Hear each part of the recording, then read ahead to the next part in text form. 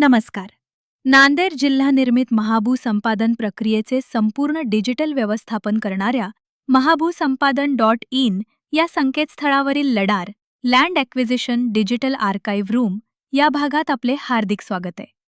माननीय विभागीय आयुक्त छत्रपती संभाजीनगर यांनी केलेल्या सूचनांचा आधार घेत जिल्ह्यातील सन 2013 पासनच्या संचिकांची पाहणी करून भूसंपादन कायदा 2013, राष्ट्रीय महामार्ग अधिनियम 1956, महाराष्ट्र महामार्ग अधिनियम 1955 या कायद्यान्वये झालेल्या एकूण 900च्या जवळपास संचिकांची नोंदणी महाभूसंपादन पोर्टलवरील लडार या भागामध्ये करण्यात आली. भूसंपादन संचिका नोंद करण्याची प्रक्रिया पुढीलप्रमाणे आहे.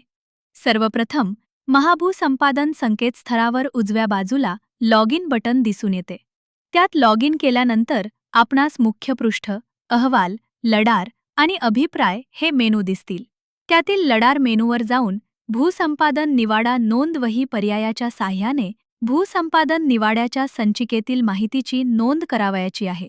त्यामध्ये कायदा, तालुका, गाव, संचिका वर्ष, संचिका क्रमांक, भूसंपादन प्रकरणाचे नाव, संपादक संघ, अभिलेख कक्ष, रुमाल क्रमांक, रुमालमधील संचिका क्रमांक, गट संख्या, भूसंपादनातील गट क्रमांक, एकूण संपादित क्षेत्र, एकूण भूधारक, निवाडा दिनांक, निवाड्यातील भूधारकांची रक्कम, आस्थापना शुल्क, सोयी सुविधा शुल्क, आवश्यकतेनुसार एकूण घरे व घरक्रमांक इत्यादी माहिती नोंद करावी लागते.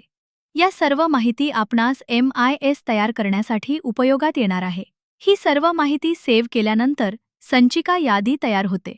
सदर यादीला निवाडा, संयुक्त मोजणी प्रत व नकाशा, अंतिम अधिसूचना, शेतसारा कमी करण्याचा आदेश अपलोड करण्याची सुविधा देण्यात आलेली आहे.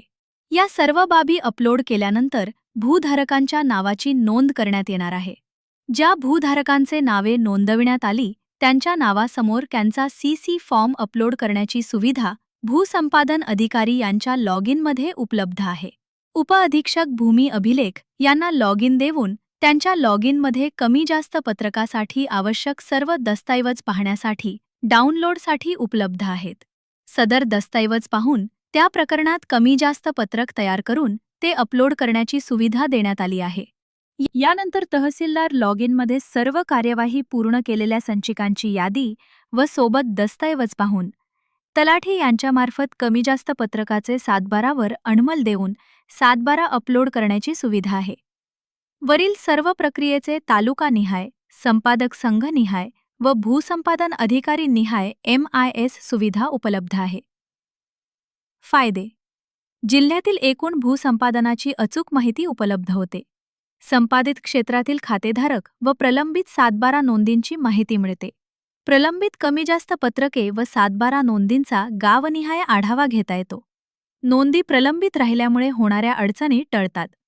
संपादित जमिनीचे 7/12 वेळेवर व अचूक अद्ययावत होतात. धन्यवाद.